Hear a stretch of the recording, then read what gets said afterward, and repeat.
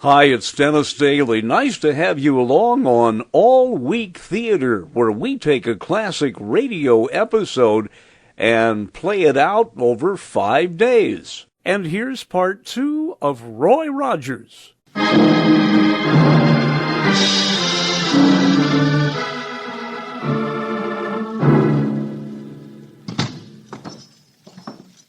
howdy, Dale. Hi, Roy. Jonah? Howdy. What are you two doing in town this time of night? Well, sir, we're on a forced march for the purpose of eliminating the enemy, as General Thomas Kenneth Rowe used to say. Do you know if Jake Gollick is in his room, Dale? That feller had one of the biggest mouths I've ever seen. Well, I don't think so, Roy. What do you want him for? Is Jonah going to challenge him? Yeah. No, challenge him? Oh, that'd be insubordination. A soldier don't go around challenging a general unless he wants to... Who's talking about a general? Jonah, Dale was just kidding you. She was talking about Jake Gollick. And Gollick was a boxer before he came here. Was, huh? About the only thing I've heard lately is the name of Jake Gollick. And some of the talk makes him out to be a pretty bad hombre. The ranchers here are suspicious of him, that's sure. Yeah, and there's some mystery about his past. I heard a couple of owl hoots discussing him in the lunchroom, and both of them agreed they wouldn't care to meet him unless they were wearing guns. That's because he's an ex-prize fighter. You know, they intimated he was on the way to becoming heavyweight champion of the world. And then he got into some kind of a scrape and was barred from the ring. Well, General Rowe got barred from O'Keefe's trading post. Well, there's Gollick, Roy, at the door, coming in. Yeah, they caught him dipping dill pickles out of a barrel. Good evening, Mr. Gollick. Howdy. Great feller, though. Well, Rogers, seeing you here saves me a trip. I intended riding out to your place tomorrow. Is that so? We dropped in here to see you. All right. Suppose we go to my room. Key, please. You bet. Here you are. I don't like to talk business, any kind of business, unless I have privacy. John Gollick leads the way. A giant of a man, his face battered by fights in and out of the ring. His walk is a shuffle, but muscles in his arms, legs, and shoulders give evidence of tremendous strength. He unlocks his room, then holds the door open for Roy and Jonah. Go ahead. Thanks. Now, sit down. Jake, you an army man? You know, you look like a sergeant I know just before the Battle of Hillaby. Well, Rogers, Bald as a banana. Gollick, just for my own information, do you mind telling us where you spent the evening? at my office across the street.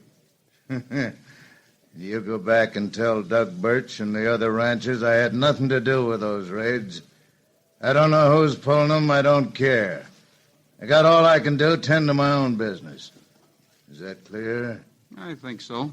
Anything else? Not a thing. All right. Sorry we bothered you. Come on, Jonah. Uh-huh.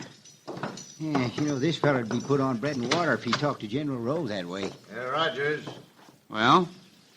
I guess you forgot I said there was something I wanted to see you about, too. Yeah, that's right, you did. What's on your mind?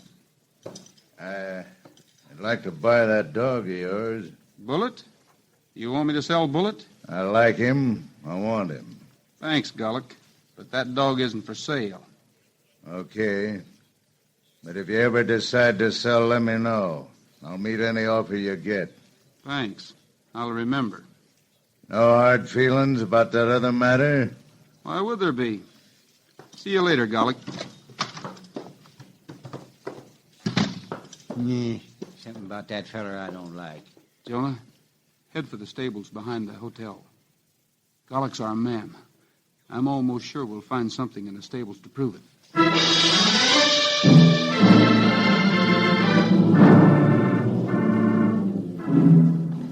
Steady, boy. Take it easy. This is Gollick's horse, Jonah.